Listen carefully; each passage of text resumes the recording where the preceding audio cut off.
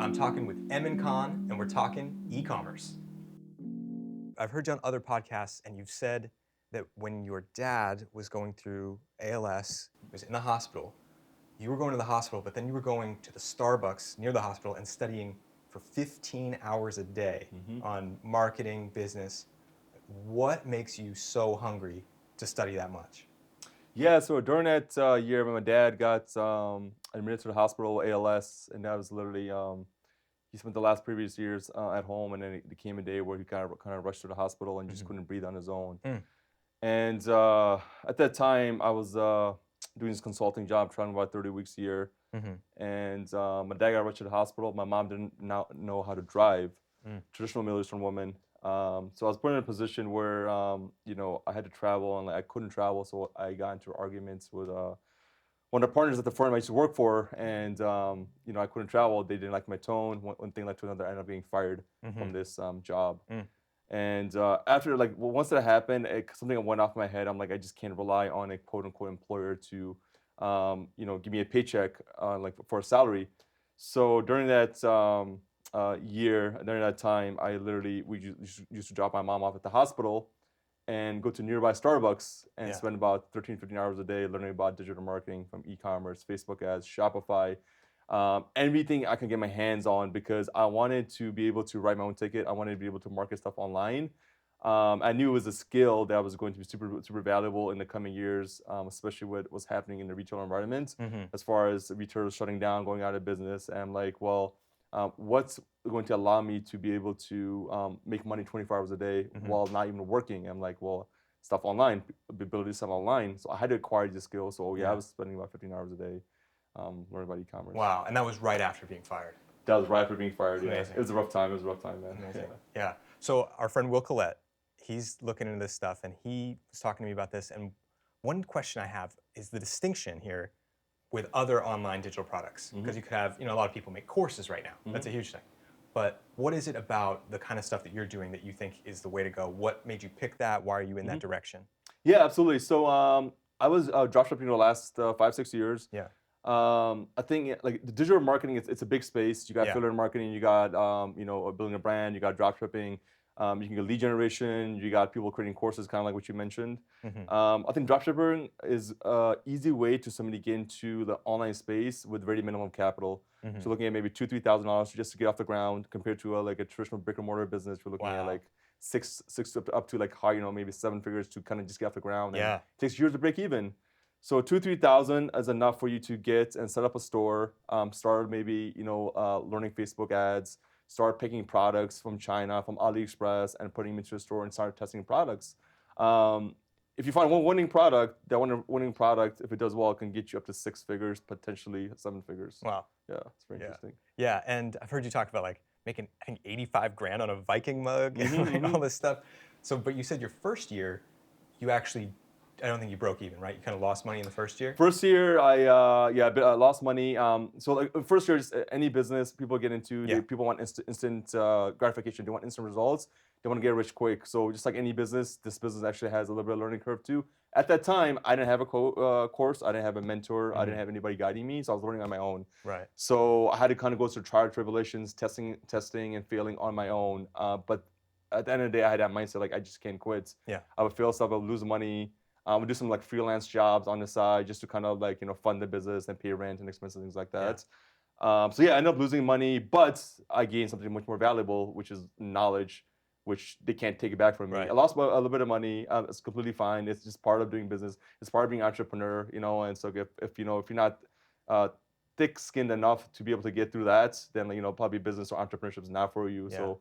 Yeah, first year I ended up losing a little bit of money, and then after that kind of went up. Right. So for somebody who wants to avoid that, they're trying to shorten that learning curve.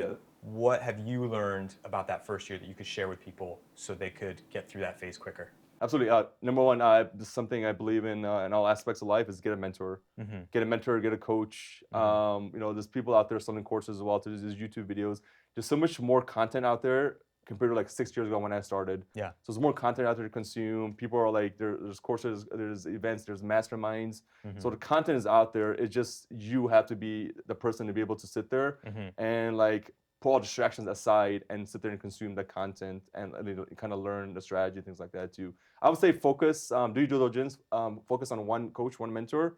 And because if you start ending up like following like a dozen different coaches and mentors, they all have different strategies. They all work. It's just you're gonna have information overload. Yeah. So pick that one mentor, focus on what they do, make sure you do due diligence, make sure they're legit, and just stick to their strategies. Yeah.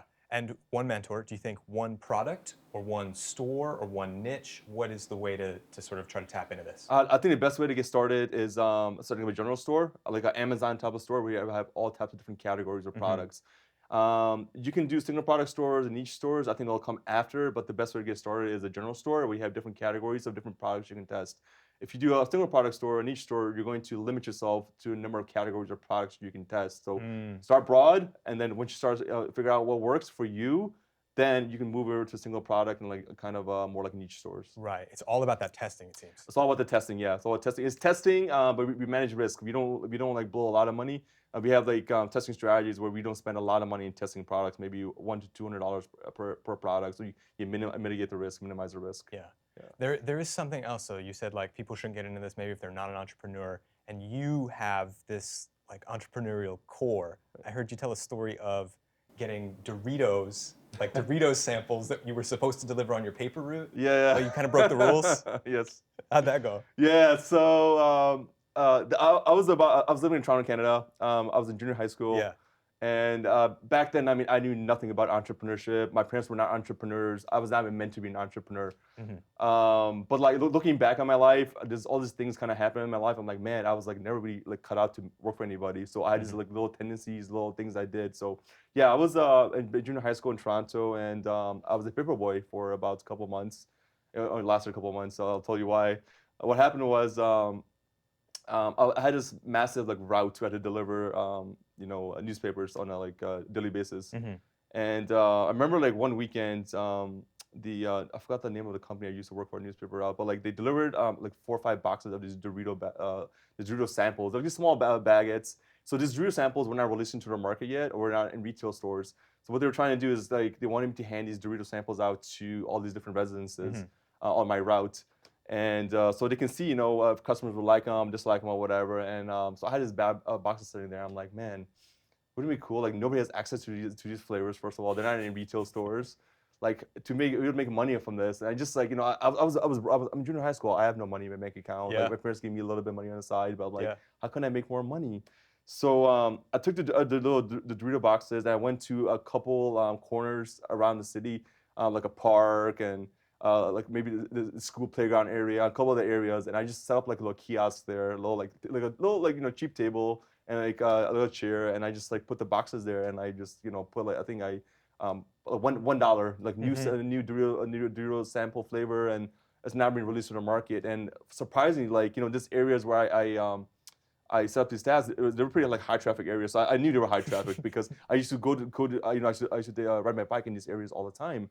Thinking like a marketer. Yeah, exactly. Yeah, so like it just came in my head, and I ended up selling out like literally all the samples, and then I made like hundreds and hundreds of dollars. I literally made more like than like that paper route would ever pay me for like probably like the whole summer. Yeah.